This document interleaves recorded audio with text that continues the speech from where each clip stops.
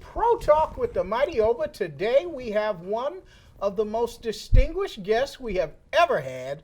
He is part of the longest legacy of black journalism in Western New York. My good friend, Brother Frank Merriweather the Third. We have to distinguish that, the third, Yes, sir. because there are three That's right. Franks. Yes, and yes. a lot of people get them confused. Am I correct? Pat, they do. Thank you for having me on the show. I'm glad to be in the house with the Oba. We're going to have some fun while we're here. Hope everybody tunes in because a lot of times they don't get an opportunity to hear Frank really disseminate some of the history of black journalism in Western New York, and he has played a major part in that for several years. First, Frank, I wanted to ask you, how did the Merriweathers arrive here in Buffalo and Western New York? Pat, Texas, Tuskegee, New York City, and to our humble abode here in Buffalo, New York, or their humble abode, Western New York. My grandparents were from the southern part of Texas, and actually went to Tuskegee University and did some traveling around the country. At least my granddad did. My grandmother was a school teacher in Texas. And ended up in New York City. My granddad, Frank Merriweather Sr.'s very good friend, Adam Clayton Powell Sr., was able to get him a job in the printing industry in the New York City area. He was there for a little bit. In fact, my grandmother was there for a little bit. Didn't necessarily like the environment per se for in New York for raising children. So she goes back to Texas, and Granddad lands a job in Buffalo. And the rest is history, I guess, Pat, huh? And I guess I should clarify those dates. I would say maybe around 1920 ended up here in Buffalo. And then went into business and started the Buffalo Criterion Press, which was a printing outfit there. And they did what you call job work: tickets, posters, raffles, church bulletins, invitations, things like it. Was that the basis of the relationship, the long relationship with the black church? Did it Absolutely. start from the printing business? Yeah, because at that time you didn't have mimeograph machines, and so we did a lot of church programs, anniversaries, and that kind of thing. And so that was maybe our introduction into the black church. And then at that time, too, very small population in terms of the black community here. So it was pretty close-knit, I understand. And my grandfather had an interest in politics as well, and so... now, he was a Republican. He was a Republican at that time. Now, people need to realize that back then... That's right.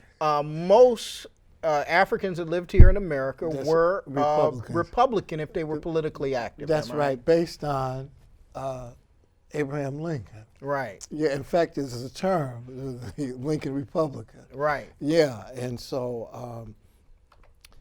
he had a real do-for-self kind of attitude, which was instilled at Tuskegee in terms of dropping your bucket where you were and going to work. And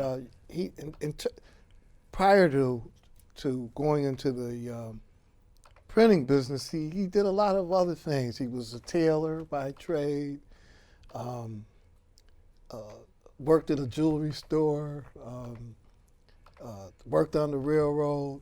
So he did a number of different ventures, per se, before landing here, and he did like Buffalo.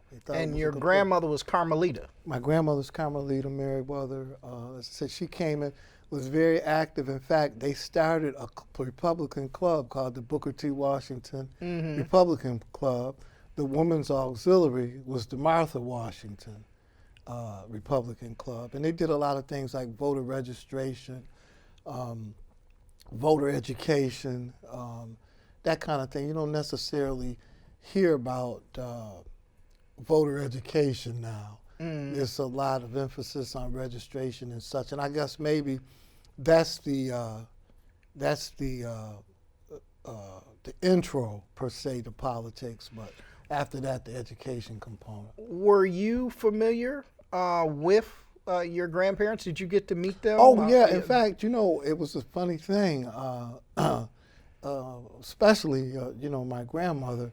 I actually saw my grandmother 5 days a week, 5 to 7 days a week. Okay. Yeah, you know, she was a very integral part of our business. And, you know, just as a youngster, I saw her do some very, very, very amazing things. And at that time, in my youth, I hadn't seen any other woman in the newspaper business do.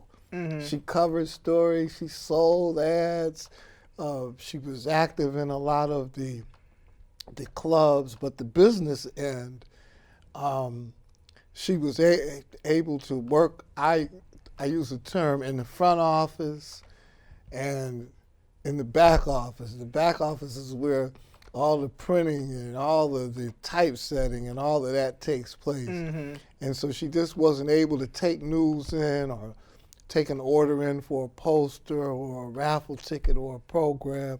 She was able to typeset that work and then put it on a press and give you a finished product. So when did the Buffalo Criterion really start as a weekly newspaper? What 1925. 1925. Yeah. Comes in at that time with the famous Michigan Avenue Y and the Urban League. Those organizations were about 2 years apart. We started in 23, I believe, the Michigan Avenue Y, 1925, and the Urban League, which was known as the Chapel. I don't know whether, I guess it grew out. I don't specifically know the history of the Urban League, but I know they started in 1927. Yeah, so we're just a few years apart. Now tell me, the early years of the Buffalo Criterion, how did they, how many were they putting out there? Was it? Well, it was you know, as I said, at that time, and you know, I just spoke to some young people not long ago, and I was saying, at that time, communities were always pushing for civil rights, and you had to have a means of communication. Now, no Skype, Pat. Right. You know, no Facebook. You know what I'm saying? You know, and oftentimes when we hear about the civil rights movement, not much is really said about the black press, but that was the means of communication that we had. It was the black press, the civil rights organization, and the church, because usually that was the venue in which we were able to get large amounts of folks in. So, but as I said, not much is said. Was that the bulk of the distribution of the church? Well, yeah, the churches? But also we had a partnership with the black civil rights organizations, because really at that time it was a concerted effort to forward the black community, and so you were using every means at your disposal at that point to do some of the work, because you know oftentimes you forget when you're looking to do that kind of work, man. It's a lot of heavy lifting. Everybody has a little part to play, you know, in that. And the black press's role was to get that word out and really to distinguish your story from that of major media. Right. Yeah. And that's where that theme that you oftentimes put on the paper. We want to tell our own story. Well, yeah, came from? that and our theme for a number of years is educating and building. You know, because that's the thing that you really want to do. You want to educate people as in terms of or telling your story. I think that's just the most important kind of thing. Setting out your history so that Pat, you know, I like to take pictures. So Right, you right. know. That's your thing. But one of the reasons why I do that, because I say that if we look at something 10, 15, 20 years from now, what would be, we're not necessarily, we're able to do it now, but years ago you weren't able to resurrect the speech, but you could look at the picture. Right. And the story that's on that. Absolutely. And so all over the world, folks are looking for little tidbits of history. That's your map. Right. Yeah, that's your picture map. speaks 1,000 And the picture words. speaks 1,000 Now words. tell me about Frank Sr. and Carmelita's their children, Okay. your aunts and uncles, Yep. and your dad. Right, okay. They 4 children. The oldest was Hewlett Curry. She was a well-known musician, taught voice, piano, organ, directed choirs, and worked in gospel circles here for many years. That's the oldest. Dad was the second oldest, Frank Merriweather Jr. Frank Merriweather Jr. We're stressing, right? Because That's so right. many people confuse. That's right. Frank Merriweather Jr. is the name attached to Frank Merriweather Library, which is right. next door. Right. So Frank Merriweather Jr. And right under was Thyra Charles. She was one of the first black nurses here in the city. And the baby of the group is Judge Barbara Sims. Judge Barbara Sims. Yeah. And She just transitioned just a couple of years been ago. 2 years ago. And she left a wonderful legacy in terms of the legal Absolutely. profession. Yes. Did a number of things as first black judge, first black woman to work in the DA's office, and did a lot of heavy lifting in that in the legal industry. Period. Now, Yeah. Getting to your dad, was your dad the just the heir apparent to pick up the business? Well, Dad had worked at, you know, it's funny, the girls per se kind of went off into their own professions.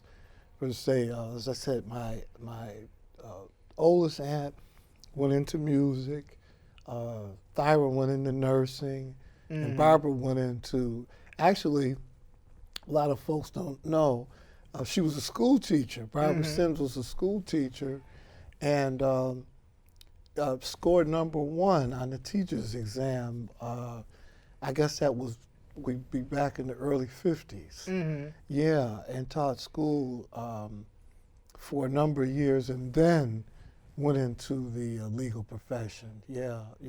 But Dad always worked in the business there, and I'm thankful to the Lord that He chose my dad and my mother, Evelyn Patterson Ferguson, as a means for me and my 4 siblings to venture into this place called Earth. Right. I'm really thankful for them because they did a lot. They worked really hard, and they were good parents to us. You know, Right. I often think about just life lessons that they passed along. And my mother was really able to come in. She's kind of quiet, but still works and still participates in the business. And she's really the publisher. And I told her she's one of the top CEOs in all of Western New York. Still working, still doing her thing, but really came in and was a wonderful helpmeet with my dad in terms of the second leg per se of the Criterion. Just was a fast learner, picked up a whole lot of different things, and was able really, to carry things on after Dad passed. Yeah. Now, how big of it had to be a huge operation back in the day of photography and printing and putting out a paper. Well, if you look back at a number of, because there were other newspapers here as well, but I think Dad revolutionized things in terms of the black press, in terms of putting in a photography and an engraving department. Mm-hmm. That was one thing, and Pat, I only know, now there may be others, but I only know 2 families that produced their own product, and that was the Smitherman family, who had the Buffalo Star Mm-hmm. and the Buffalo Criterion. Now, the Smitherman family, they had a connection to the race riots in Oklahoma. Okay. Yeah, A.J. Smitherman Okay. was the editor and founder of the Star, and as I said, he had a few years ago, he was the Uncrowned Queens did some work in his death to get a warrant removed Mm-hmm. from him that went way back to the Oklahoma race riots. Okay. Yeah. The Tulsa, Oklahoma. The Tulsa, Oklahoma race riots. So, but they produced their own paper, Mm-hmm. and we did too. But it was the difference is that we had put in an engraving department, which meant that you could now add pictures, and everything was produced in-house per se. In other words, maybe 98% of the work that was done right inside our shop. We were actual real newspaper publishers, Mm-hmm. meaning that we produced that product. Mm. Yeah, we produced that product. And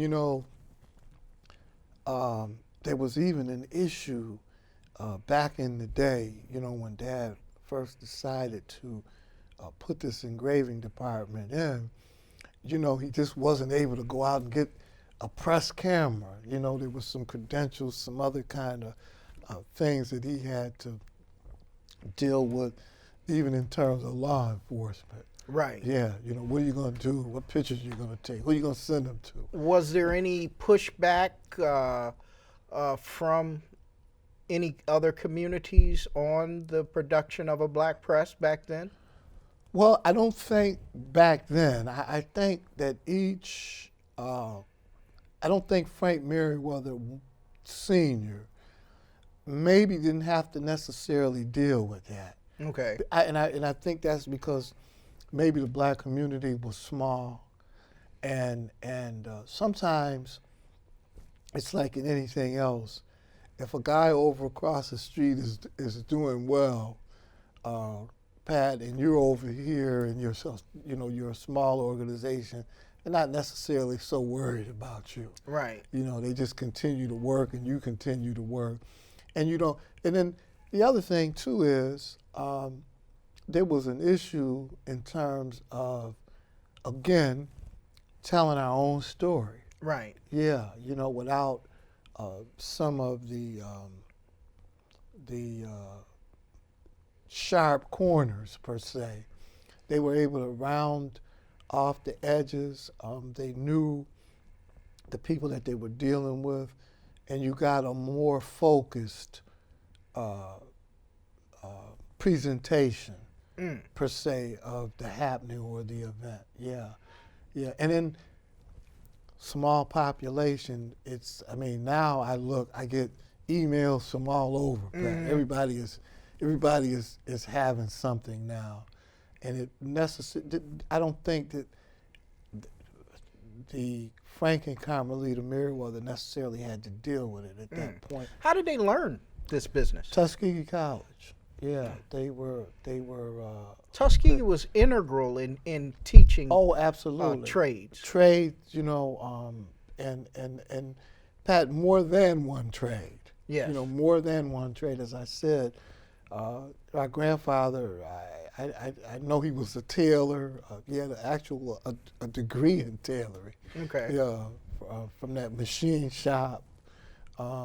We were on 367 William, and that facility, they needed to enlarge that place, and that was something that they were able to do themselves. Mm-hmm. Lay the brick, mix the mortar, run the wires. It's not like it is now, but they believed in real craftsmanship and putting out a real #1 product. Now let's talk about Frank Jr. Frank Jr. Frank Jr. Picked up the mantle. Picked up the mantle, and did your Aunt Barbara play any role of it, other than legal advice or? Oh, absolutely. Pat, if I can, I just want to step back to Frank Merriweather Sr., who went from the printing business into the newspaper business, which meant, in my eyes, that he went really to the next level. Yes. Because everything at the newspaper level is bigger, meaning the machinery is bigger, the process is bigger, what you're doing is bigger, because really to put out a weekly paper, it's an awful lot of work. A lot of work. And at that time, that the process in which they were doing it, which was a letterpress process, was hard, heavy kind of work. We've, for the most of, I'm not going to say most. All of our time in the newspaper business, we've put out a broadsheet paper, which not tabloid size, but we've always put out a broadsheet is a full sheet. Tabloid is usually a half the size of a broadsheet paper. So we've always put out a broadsheet paper, and then just, Pat, if we take our phone, or any means, everything is always changing. It's changing every day. It's changing every day, man. So I went to charge my phone, and the young lady told me that her charger wouldn't fit mine because I had I don't even know what I had, Pat. I had something that her charger wouldn't fit mine. I think she said she had an LX7 or LX7. Yeah, there's all different things. So Yeah. Yeah. It's constantly something. Yeah, she said, Mr. Frank, you have an Android. So I said, okay, all right. So, but the technology has changed, and even back then, it was changing. Let me ask you this: did I knew he was active politically. Did he hold any appointments or offices? Yeah, in fact, he was one of. I don't want to give you the right information, but he was one of the first blacks that worked in the New York State Assembly. Yes. As a clerk to Assemblyman, I think it was Barnard. He worked there, and he did a number of jobs in terms of. Probably the term, Pat, is appointments. Okay. That he had. I know he was in charge of the bathhouse on William Street, and maybe some other work. He worked in terms of dispensing news from the war into the black community as well, too. Yeah, so that might have not been an official position, but access to the news, so that the black community would be informed on that kind of work. Now, when did your dad begin moving into taking over? Well, he had always, it was a funny thing. He and my grandmother, the editorial part, Frank Merriweather Sr. took care of most of that. Now, Dad did too later on. But the day-to-day operation, that was my father and my grandmother Okay. on that, yeah. And all of the girls really participated. Aunt Barbara had a bigger role, excuse me, in that she advised and worked as a financial officer and a legal officer inside of the business too. So she was a little more hands-on. Yeah, she was a little more hands-on than the other, than Hewlett and Thyra.